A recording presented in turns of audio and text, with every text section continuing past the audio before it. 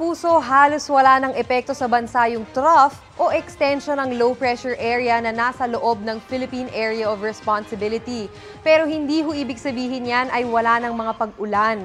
Malaking bahagi ng bansa pa rin ang uulanin dahil sa patuloy na pag-iral ng habagat. Ayon sa Pag-asa, maninipis na ang mga ulap na bahagi ng LPA at huling namataan sa layong 490 kilometers east-northeast ng Itbayat, Batanes. Mababa pa rin ang tsansa nitong maging bagyo at posible ring mag-dissipate o mawala na yan sa mga susunod na araw.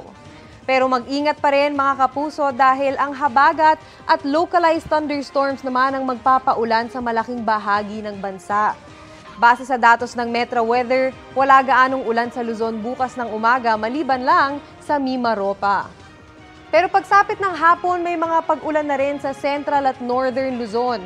Asahan ho ang malalakas na ulan sa Zambales at Bataan, pati sa Mindoro at Palawan. Mga kapuso, maging alerto pa rin sa banta ng baha o pagguho ng lupa.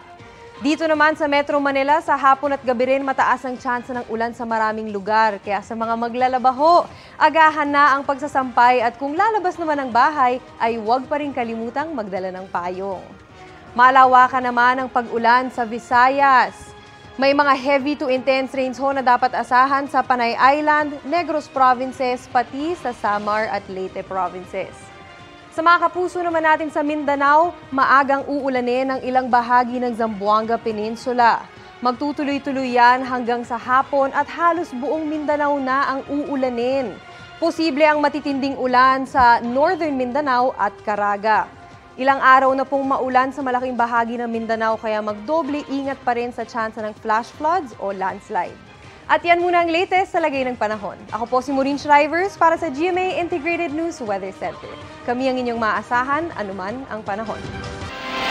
Mga kapuso, maging updated sa ulat panahon 24 oras. Mag-subscribe sa GMA Integrated News sa YouTube. Para sa mga kapuso naman natin abroad, bisitahin ang GMA Pinoy TV at www.gmanews.tv.